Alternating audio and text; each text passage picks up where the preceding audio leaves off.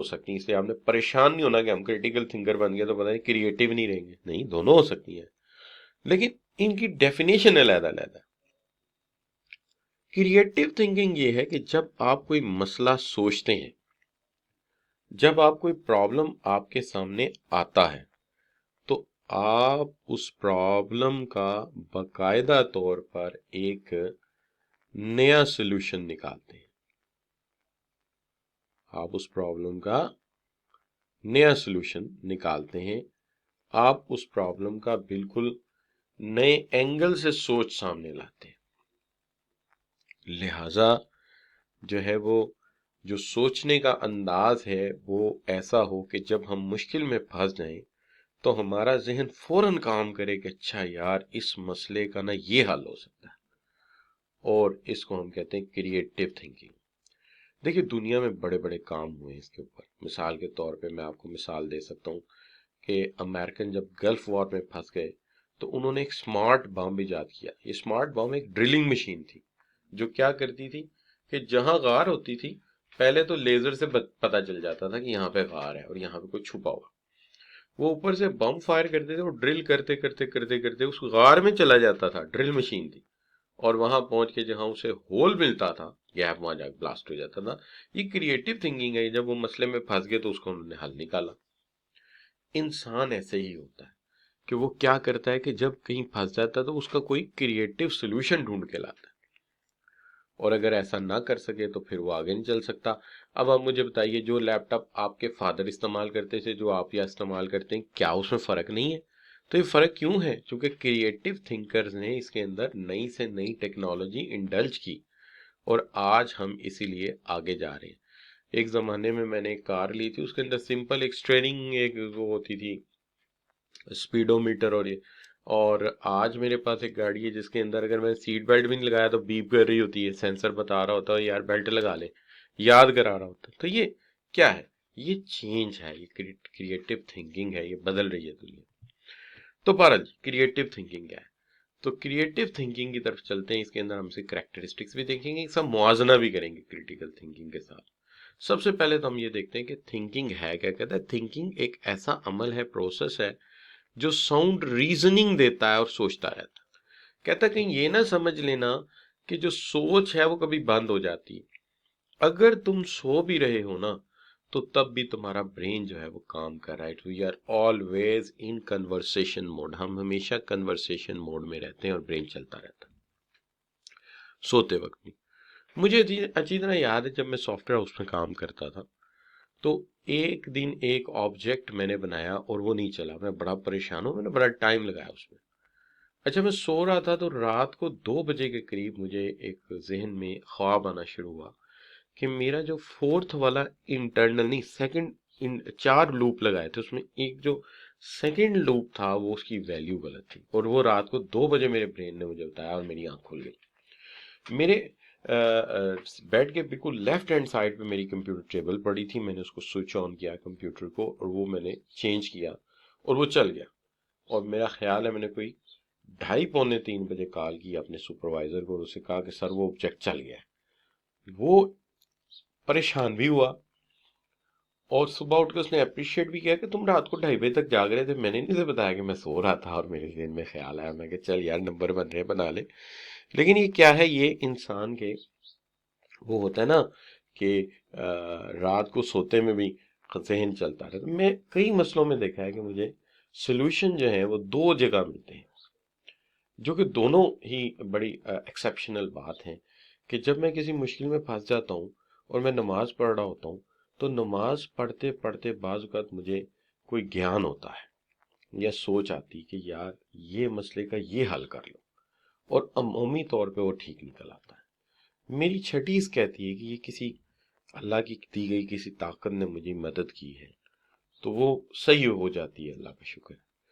दूसरी चीज़ जो है वो अक्सर ये होती है कि मैं कोई किसी मसले में फंस जाऊं, परेशान होकर सो जाऊं, तो रात को मुझे ख्वाब लाजमी आता है और वो मसला जो है वो अक्सर सॉल्व हो जाता है मेरा। और उसमें यह है कि अक्सर औक़ात ऐसा होता है कि किसी बुजुर्ग के थ्रू बात आती है, जैसे मेरी वालदा या वालिद मेरे ख्वाब में आते हैं, जो अब सुनता रहता है।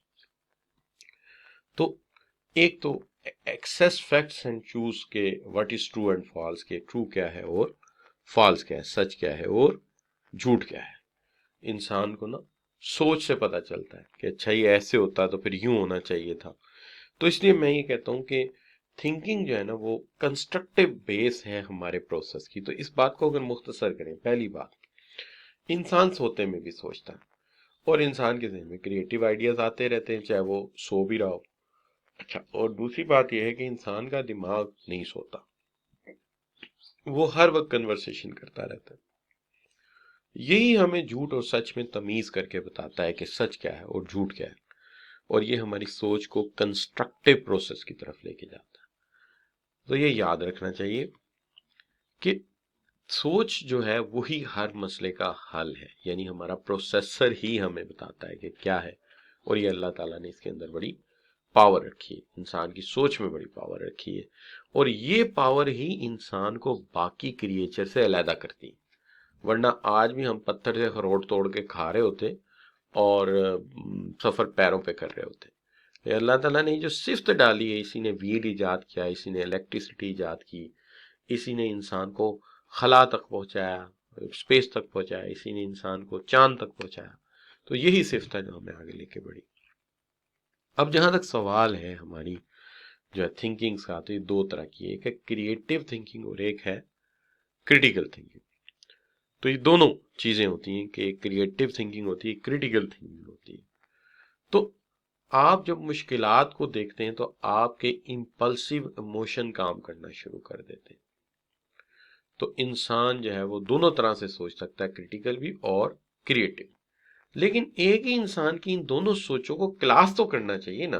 तो इसलिए हमने क्रिटिकल थिंकिंग आपको पहले बताई और आप चलें क्रिएटिव की तरफ। क्लास कर देते हैं, आप दोनों तरह से सोचते हैं, बट थिंक इज दिस कि हमें फर्क करना चाहिए। लेकिन अब जब हम फर्क कर रहे हैं तो मैं दो इंसान बना दूंगा, हालांकि इंसान एक ही है लेकिन दो बना दूंगा, एक वो जो क्रिटिकली सोच रहा है और एक वो जो क्रिएटिवली सोचता है। इन दोनों में फर्क क्या है ये आगे चल के मैं करता हूँ।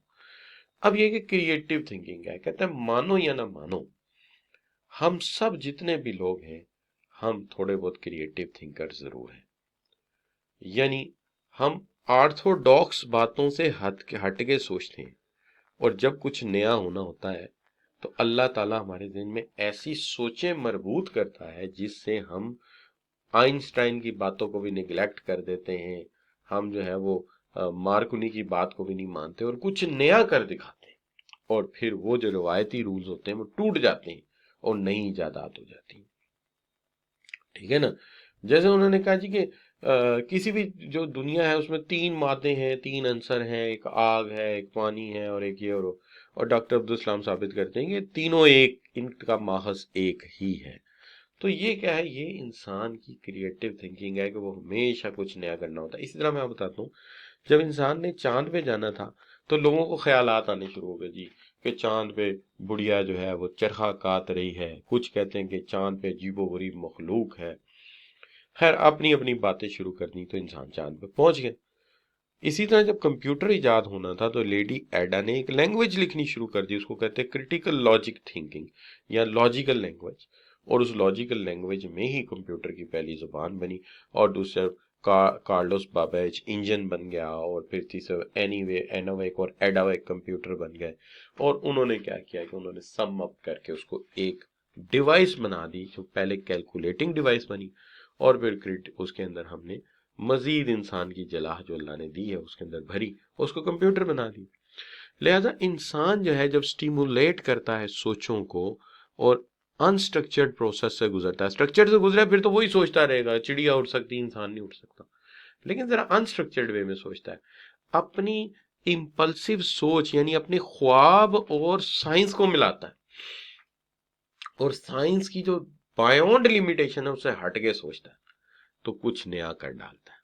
तो इसलिए हमेशा याद रखिए, जब भी कोई चीज नहीं बनती है ना, वहां हम स्ट्रक्चर्ड सोच नहीं सोचते, वहां हम असूलों और सिचुएशन और प्रॉब्लम्स के मुताबिक नहीं सोचते, हम अनऑर्थोडॉक्स सोल्यूशन ढूंढने की कोशिश करते हैं। ऑर्थोडॉक्स तो पहले है ही है, हम असूलों से हटके जरा बात सोचते हैं तो फिर हम कुछ नया कर दिखाते हैं। तो मिसाल क्या है, मिसाल ये है, एग्जाम्पल ये है, एग्जाम्पल किताब में नहीं थी मैंने डाली, कि आज एक ऐसा इन्वर्टर मौजूद है जिसमें एक तार बिजली की डाल देते हैं, एक सोलर प्लेटों की डाल देते हैं, एक बैटरियों की डाल देते हैं। वो खुद ही देख लेता मुझे कहाँ से करंट देना है। मैं ये कहता हूँ तुम एक ऐसा इन्वर्टर बनाओ जिसमें एक गैस का पाइपलाइन भी जा रहा हो, और अगर उसके पास बिजली भी ना आ रही हो, बैटरियां भी डाउन हो जाए, सूरज भी ना निकले, तो वो गैस को का जनरेटर ऑन कर दे और वहां से मुझे करंट दे दे। तो ये क्या है, यही नया रास्ता है कि पहले इन्वर्टर था, सोलर प्लेट से हमारे बिजली देता था बस, और जब वहां से बिजली नहीं आती थी हम स्विच कर लेते थे लेस्को पे या वापडा पे। लेकिन फिर ऐसा आया जिसके अंदर बिजली की तार भी लगा दी, और फिर ऐसा आया जिसके अंदर बैटरियां भी लगा दी, बिजली की तार भी लगा दी, और अब मैं कहता हूँ कि इसके अंदर गैस के जनरेटर की तार भी लगाओ जाओ, पेट्रोल जनरेटर की भी लगाओ जाओ। अब ये इसके पास 5 सोर्सेज हो और ये इतना इंटेलिजेंट हो कि ये खुद सोच ले कि इसमें से बेस्ट क्या है, और बस सूरत सूरत से दीगर दो को मिला के भी काम करे। कोई बात समझ आ रही मेरी? क्यों बच्चों? तो यही क्रिएटिव थिंकिंग है, कुछ नया करके दिखाओ, है ना जी। तो अगर समझ आ रही तो भाई जी लिख के एंटर कर दो, मैं ये मान लूंगा कि आपको मेरी बात समझ आ गई। जी शाबाश। अब बात ये आ गई कि जी जो चीज हम बात कर रहे थे कि आखिरी बात ये है कि भैया क्रिटिकल थिंकिंग और क्रिएटिव थिंकिंग में फर्क क्या है। भाई अभी तो पता चले ना कि इन दोनों का कोई मुआवजना भी तो किया जाए ना, ताकि बच्चे सिर्फ सारी जिंदगी यही ना सोचते रहे सर ने क्रिटिकल थिंकिंग पढ़ाई थी, क्रिएटिव थिंकिंग पढ़ाई थी, लेकिन दोनों में फर्क कोई पूछ ले तो कुछ पता तो होना चाहिए। लेकिन मैंने बात क्लियर की है कि दोनों थिंकिंग एक इंसान में हो सकती, लेकिन चूंकि मुझे समझाना इस तरीके से आता है इसलिए मैं एक ही इंसान को दो हिस्सों में बांट रहा हूँ, एक क्रिटिकल का और एक क्रिएटिव का। ठीक है जी। चलिए जी, तो मैं इंसान को दो हिस्सों में बांट रहा हूँ। तो देखिए, क्रिएटिव थिंकिंग तो आप समझ गए कि समथिंग न्यू, कोई चीज नई है, और क्रिटिकल थिंकिंग ये है कि जिसके अंदर हम वैलिडिटी चेक करते हैं। यानी एक सोच ये है जो बिल्कुल नए अंदाज से चीजों को सोचती है, और एक सोच ऐसी है जो पुरानी चीजें हैं उनके ऊपर तनकीद और उनके एनालिसिस को देखती है। इसका मतलब ये हो गया क्रिएटिव थिंकर हमेशा न्यू और इनोवेटिव आइडियाज की बात करेगा। ठीक हो गई ना बात, जदीद आइडियाज की। और जो क्रिटिकल थिंकर है वो हमेशा जो चीजें बन चुकी हैं उनका एनालिसिस करेगा और उनका तजजिया करेगा। ठीक है जी, उनकी थॉट्स को कंपेयर करेगा, या क्रिटिकल आप तजिया करेगा, एनालिसिस करेगा, उन पे इन्वेस्टिगेशन करेगा। ठीक है जी, तो उसका काम यही है। अब चलते हैं, बात करते हैं कि मुआवजे पे। सबसे पहली बात यह है कि क्रिटिकल थिंकर जो होता है वो फाइंड कर सकता है, think you can find wrong question, यानी वो क्वेश्चन में गलती निकाल सकता है, जबकि क्रिटिकल थिंकर सिर्फ गलत आंसर में गलती निकाल सकता है। कैसी बड़ी बात है। क्रिएटिवली सोचो तो तुम सवाल में भी गलती निकाल सकते हो, और क्रिटिकल थिंकिंग सोचो तो सिर्फ जो जवाब लिखे है ना स्टूडेंट ने, तुम सिर्फ उसकी गलती निकाल सकते हो। इसका मतलब ये जो एग्जामिनर होते हैं ये क्रिएटिव नहीं होते। सॉरी मैं गलत बोल गया, मैं दोबारा ठीक करता हूँ अपनी बात को। क्रिएटिव थिंकर जो होते हैं वो एग्जामिनर होते हैं, इसलिए वो नए नए सवाल बनाते हैं, और जो पेपर के मार्कर होते हैं वो क्रिटिकल थिंकर होते हैं, वो सिर्फ हमारे पेपर को मार्क करते हैं, उस हमारे हमारे आंसर में से गलतियां निकालते हैं। क्या ख्याल है बच्चों?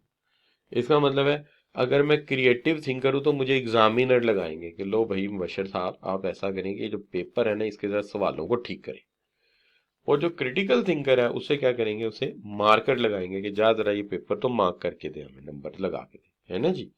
अच्छा, दूसरी बात, क्रिएटिव थिंकर जो होता है वो एक्सप्लोर करता है न्यू आइडियाज को, नए आइडियाज, जबकि क्रिटिकल थिंकर जो आइडियाज आ चुके होते हैं उन्हीं में चॉइसेस ढूंढता रहता है।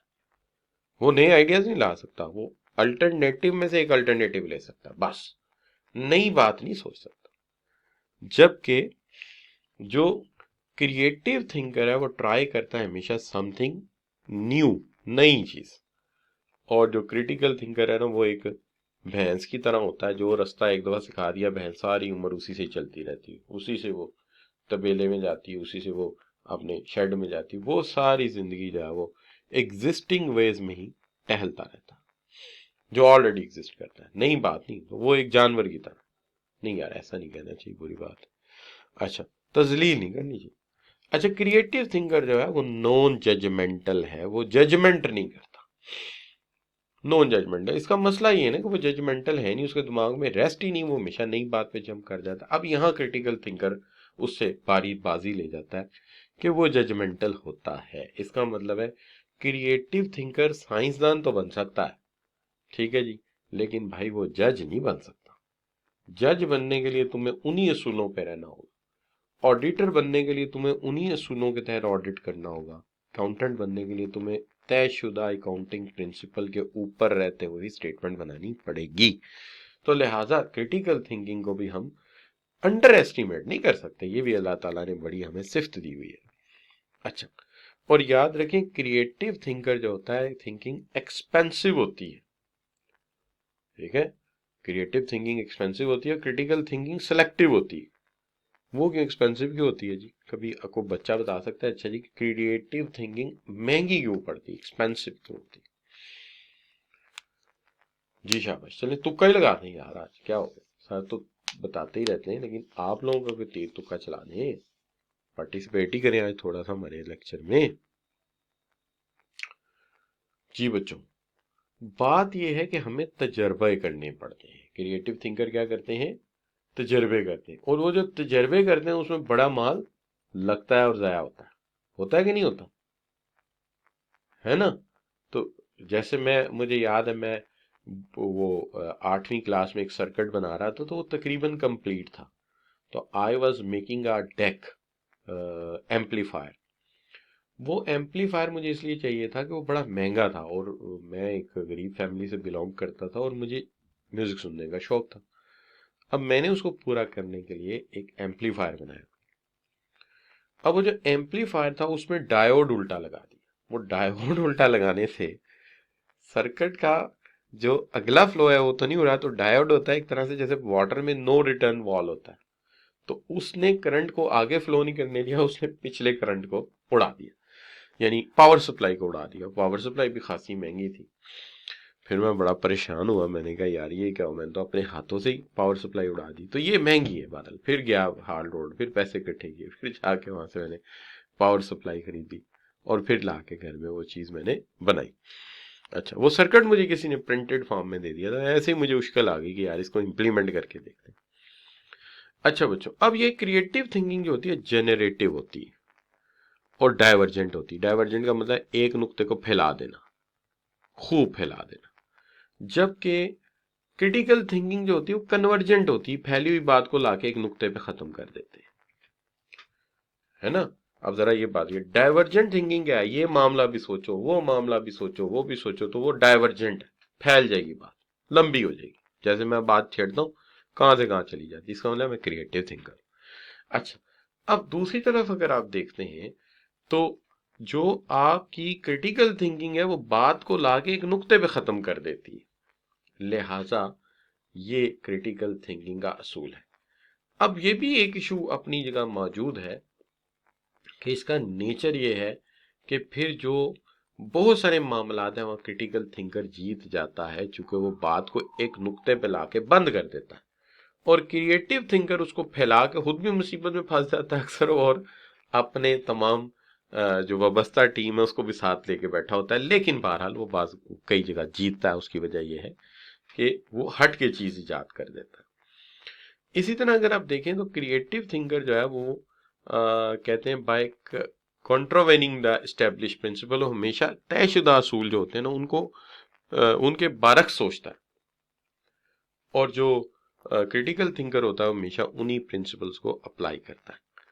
अब इस पे एक बहस कर लेते हैं। जियो का एक कंपेयर है, वो है हामिद मीर। तो हामिद मीर एक इंजीनियर को ले आया, तो उस इंजीनियर ने दावा किया कि मैंने एक ऐसी गाड़ी बनाई है जो जो पानी से चलती है। तो इस पर डॉक्टर अताउर रहमान को बुला लिया गया, वो बहुत बड़े साइंसदान हैं। तो डॉक्टर अताउर रहमान फिजिक्स के प्रोफेसर आई थी, तो उन्होंने कहा कि ये झूठ बोलता है, ऐसा कोई असूल साइंस में मौजूद ही नहीं है, सिरे से। तो मुझे अंदाजा हुआ ये क्रिटिकल थिंकर है, ये कहते हैं असूल मौजूद नहीं है। और जनाब दूसरी राय ली गई डॉक्टर अब्दुल कदीर खान से। तो डॉक्टर अब्दुल कदीर खान क्या कहते हैं? डॉक्टर अब्दुल कदीर खान ये कहते हैं कि जनाब असूल तब तक होते हैं जब तक कोई उन्हें गलत साबित ना कर दे। मेरे पास किसी लैब में ये गाड़ी ले आए, मैं इसकी बैटरी डिस्कनेक्ट कर दूंगा, इसका पेट्रोल का पाइप डिस्कनेक्ट कर दूंगा, और अगर फिर भी ये गाड़ी चल रही है तो फिर भाई ये कामयाब हो गया है। फिर इसने वो जो असूल थे वो तोड़ दिए, और वो असूल जो है वो रीस्टैब्लिश हो जाएंगे और नए असूल बन जाएंगे। तो ये होता है क्रिएटिव और क्रिटिकल थिंकिंग का बुनियादी फर्क। ठीक होगी बात बच्चों? तो देखिए, मसला ये है कि बहस को हम इस तरह समेटते हैं कि क्रिएटिव थिंकिंग जो है वो लिमिटेशन से बाहर निकल जाती है और नए रास्ते तलाश करती है, और जो क्रिटिकल थिंकिंग है वो इवैल्यूएट करती है एग्जिस्टिंग चीजों को। दोनों ही जरूरी है, दोनों की अपनी अपनी अहमियत है।